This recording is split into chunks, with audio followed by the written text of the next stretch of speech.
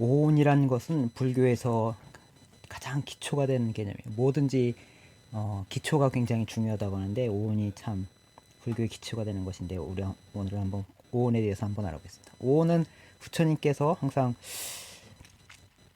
오온과 12처, 18개 세 가지로 이것을 설명을 하셨는데 근기가 좀 예리한 사람에게는 오온을 갖고 설명을 했고 좀 둔하다 싶으면 18개로 설명을 했다고 하세요. 그러니까 18개는 뭘 얘기하냐면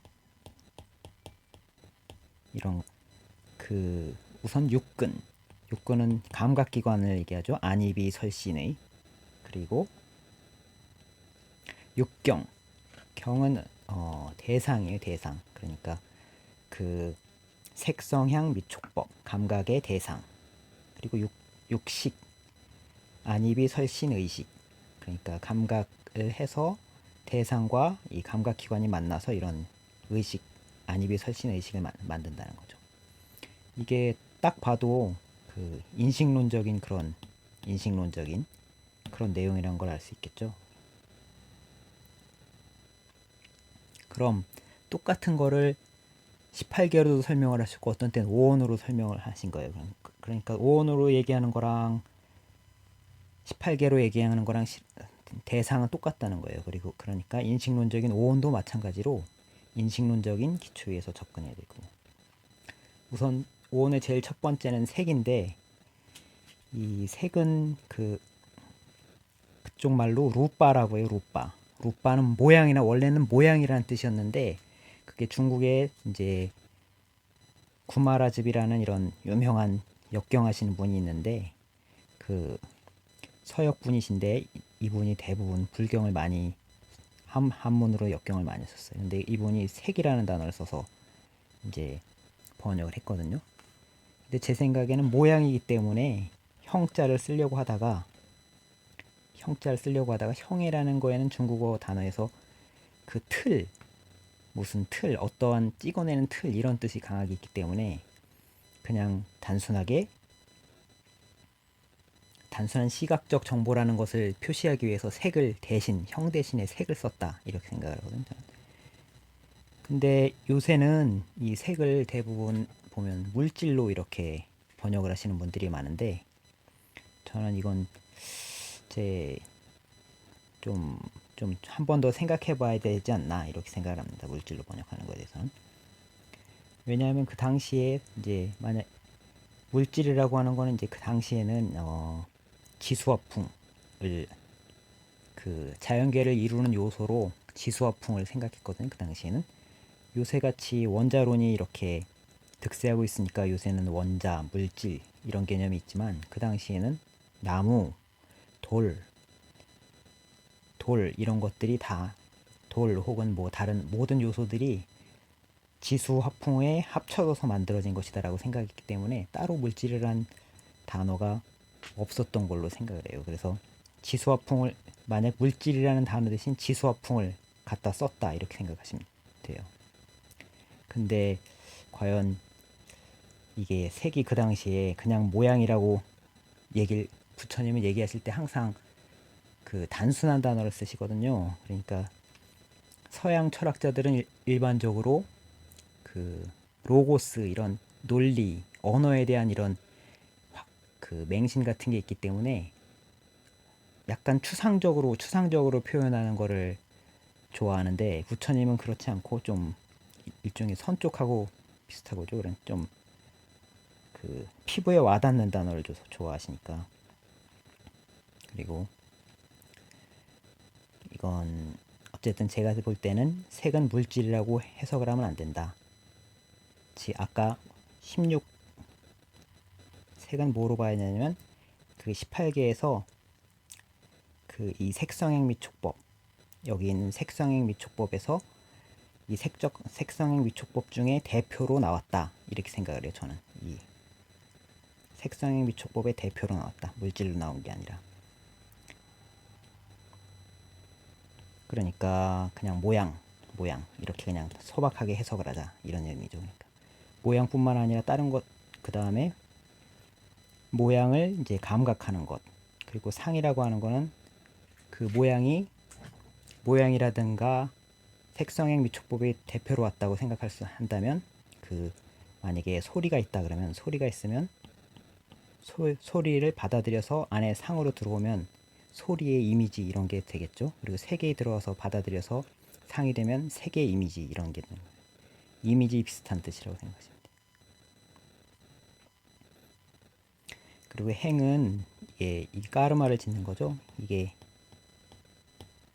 굉장히 실은 행이 굉장히 난해한 개념이에요. 이게 이해하기가 좀 힘든 개념인데 나중에 더 말하기로 하고, 그리고 식은 의식. 그래서 이렇게 색, 수, 상, 행, 식을 오온이라고 하는데 여기서 하나 주목해야 될 점은 이 식이 일반적으로 우리 생각할 때는 식을 의식을 주체적인 거로 보통 보잖아요. 그래서 의식이 내 실체다, 나다, 오식이 나다 이렇게 생각하는 경우가 많고, 혹은 내 몸이 나다 이렇게 생각하는 경우가 많고, 그 철학자들도 식을 어떤 몸의 의식을 굉장히 중요시하게 생각하는데 부처님은 그냥 이렇게 쭉 색수상행식을 병렬적으로 병치했다는 거죠. 이게 어떤 좀 주목해야 될 점이고, 이게 제가 볼 땐 그 서양 철학에선 존 로크나 이런 사람하고 비슷한데, 이미 그 불교에서는 이미 이러한 인식론적인 이런 사유가 이미 그 부처님 때 이미 부처님이 이렇게 했는데, 서양에서는 이런 인식론적인 사유가 생기려면 거의 16세기, 17세기 이쪽까지 기다려야 돼요. 그 전에는 그 플라톤이라든가 뭐 이런 사람들의 이데아론 뭐 이런 게 있었고, 그거는 개념이 실제한다, 개념 실제론이죠. 그러니까 자신의 의식에 대해서 의식이 내 논리라든가 내 개념 이런 것들이 완벽하게 진리를 표현할 수 있다 뭐 이런 생각에 빠져 있었기 때문에 그거에 대해서 의심하기 시작한 거는 거의 처음에 의심하신 분은 이제 버클리 주교라고, 이분이 감각이라는 것은 어떤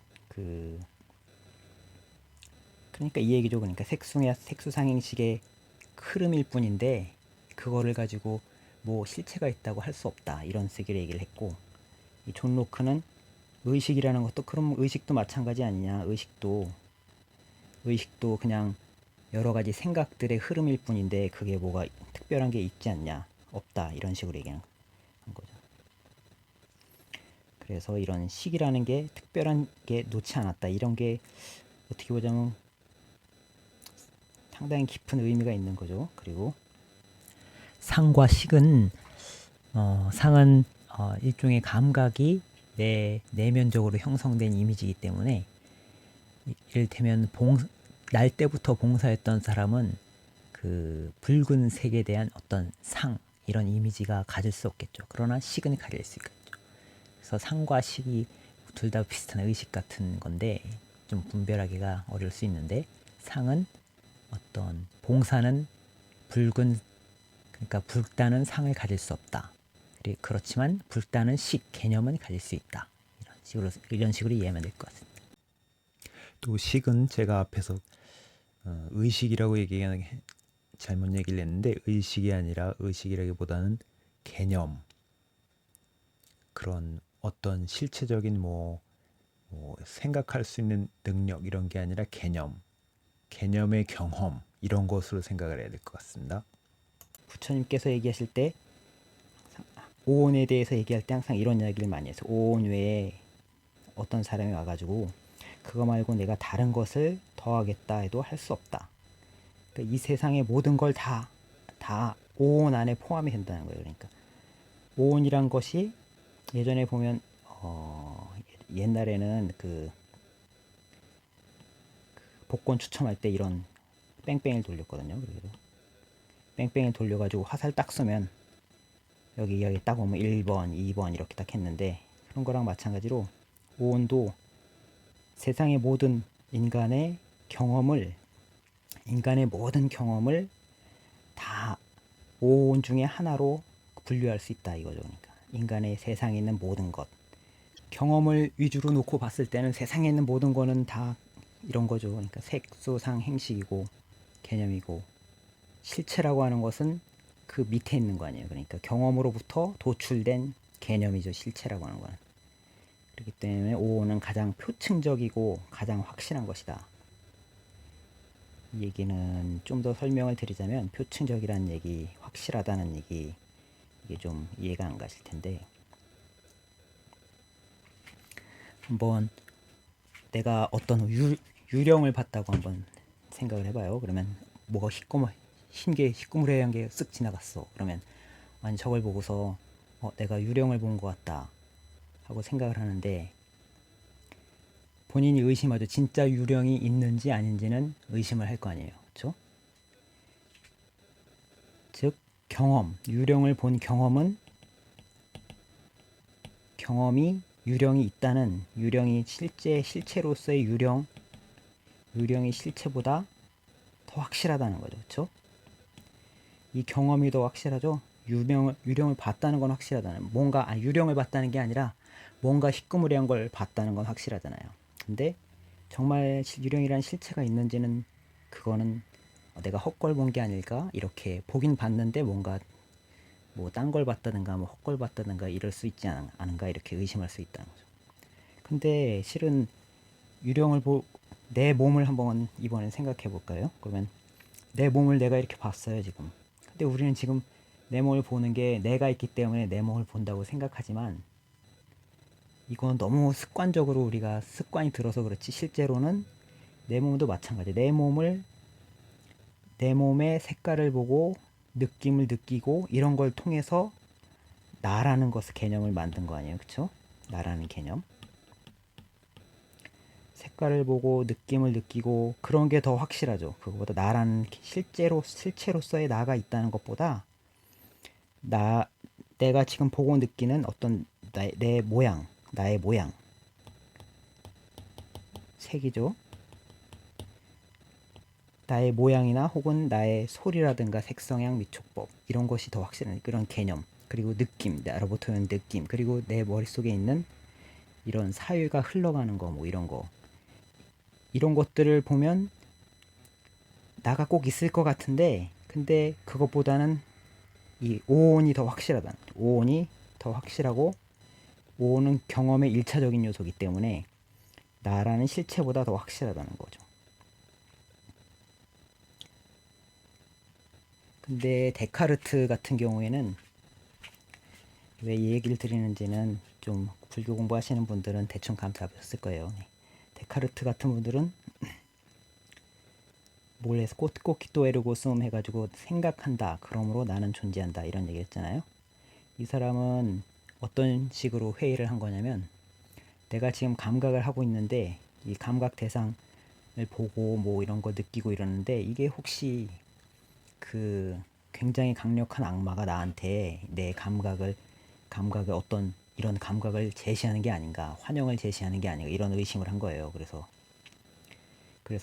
곰곰이 생각해 봤더니, 암만 그래도 나라는 게 없으면은, 나라는 실체가 없으면은 나를 속일 수도 없다, 악마가. 이런 식으로 결론을 내린 건데,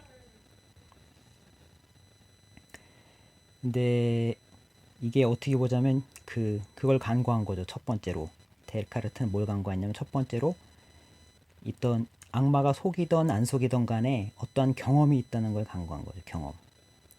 이 경험이 더 확실하다, 이걸 간과했다. 첫 번째로 제가 하고 싶은 건,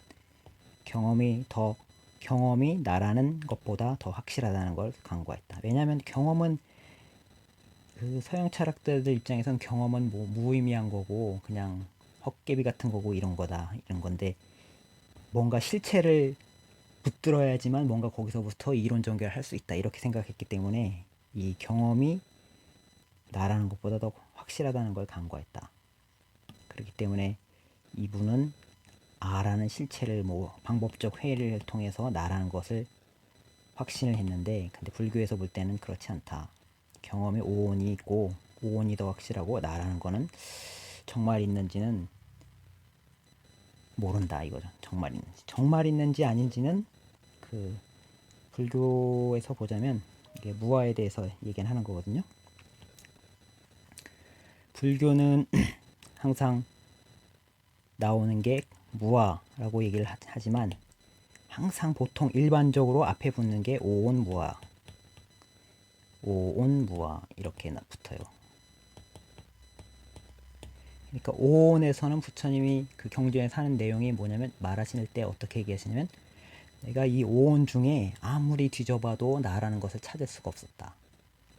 즉 내가 색수상행식이라는 경험을 제가 그게 제일 확실하다고 그랬잖아요. 그러니까 그 경험 속에서 아무리 찾아봐도 진짜 나라고 우리가 일반적으로 생각하는 나라고 하는 실체는 찾을 수 없었다. 왜냐하면 그 색깔, 모양 이런 거 그리고 나라고 하는 개념 이런 게 있는 거는 내가 분명히 경험을 하니까 알겠는데 진짜 실체로서의 나가 있을까? 이거는 못 찾겠다는 거예요. 못 찾겠다. 그러니까 항상 앞에 한정사가 붙는다. 오온무아라는 오온에 대해서 오온에서는 아라는 게 없다. 그리고 이거는 14무기에서 그렇다면 14무기에서 신시명, 명시신 이게 14무기 중에 하나거든요. 그러니까 내 몸이 곧 생명인가, 내 생명이 곧 내 몸인가. 즉 이건 명을 영혼으로 바꿔서 생각해도 차이가 없다. 제 생각에는 영혼으로 생각하면 된다. 아라고 생각하면 된다. 진짜 나, 영혼 혹은 아, 실체로서의 아. 그러니까 내 이 몸이 죽으면은 그러니까 영혼이 없어서 그냥 끝나는 거냐, 아니면은 영혼이 뭐 생명이 몸이 죽어도 또 뭐 어떻게 되는 거냐, 뭐 이런 것을 이런 거에서 물었을 때 부처님은 나라는 것은 없다 이렇게 얘기를 하신 게 아니라 여긴 또 무기, 그거에 대해서는 말할 수 없다. 무기라는 게 또 굉장히 난해한 개념인데, 그렇죠? 그러니까 무아라는 게 이거하고 오온무아하고 14무기에서의 신시명 명시신 이거하고 대비를 시켜놓고 보면 그 무슨 얘기를 부처님이 무아라는 부처님이 말씀하시는 무아라는 개념을 좀 더 정확하게 알 수 있죠. 제가 볼 때.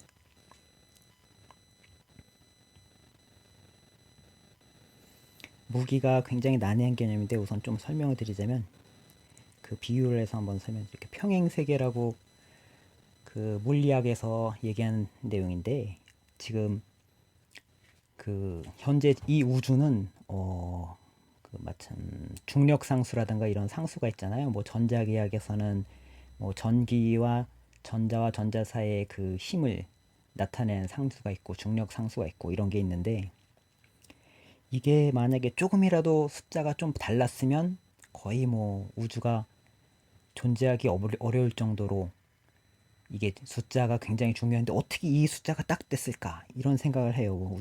물리학자들이. 그러니까 이게 너무 신기하다. 어떻게 이 중력 상수가 딱 이걸까? 어떻게. 그래서 생각해낸 어떤 아이디어가 뭐냐면 이 우주는 수없이 많은 우주가 있다. 근데 그 우주 중에 우리 우주는 중력 상수가 이거고 다른 우주는 중력 상수가 이건데 우리는 뭐 이런 지금 현재 이런 우주에 다행히도 살고 있어서 이런 뭐 생명도 생겨날 수 있고 이런 우주가 생긴 것이다. 이렇게 얘기를 하는 거죠.